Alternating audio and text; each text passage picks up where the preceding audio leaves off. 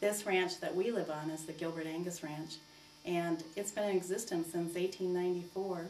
So my grandchildren are the sixth generation on this ranch, so they've been around a long time. And I loved raising my kids on a ranch. I don't think I would have done well raising my kids in town. I think kids have to have responsibility. They have to understand what happens when they forget to water that horse or feed that cow. When I was a little girl, we lived about 2 miles from a country school that sat in the middle of about a 10,000 acre pasture on our ranch. And my dad raised Shetland ponies, and he sold them as kid ponies, which technically they were because he had 5 kids and we all had to ride them. And that's what we rode to school. We'd break these ponies on the way to school.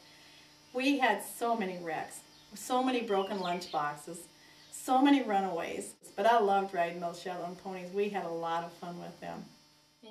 I remember one time we were moving a bunch of cows and calves, and I remembered that I knew I had screwed up, that I had turned this calf back and we ended up losing a whole bunch of the calves back, and we had to ride really hard to get them gathered back up. And I remember being so scared to go talk to my dad because I thought he might be really mad. And I learned a lesson that day, because I still remember that. Because he turned to me and he says, "Well, sis, how do you think we could have done that different?" And that's all he said, and I remember that so often when I want to get mad myself, or somebody gets mad at me about something. I think, you know, that's not the way to handle it. What do we learn from it? That's the most important thing. It's not a mistake unless you didn't learn anything from it. And I still remember I was taking an abnormal sight class, and I was lambing these ewes out in the shed, and I was staying in a camper studying my abnormal psych and trying to keep lambs alive out of these killer ewes that were all trying to die.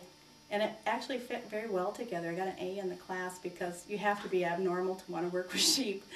And I loved my sheep. I really did. And we had the Johnson County War all over again, and the sheep herders lost again. They sold my sheep. We bought more cows.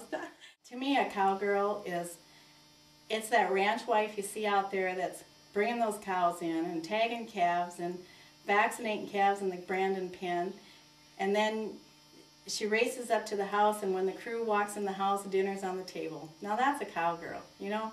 A cowgirl isn't just somebody that rides a horse well, although that's certainly a large part of it. To me, a cowgirl is the one that she can do it whether the men are there or not. The men, I always laugh because when I leave, I'm going to be gone for a while. I always make sure there's food in the kitchen before I leave.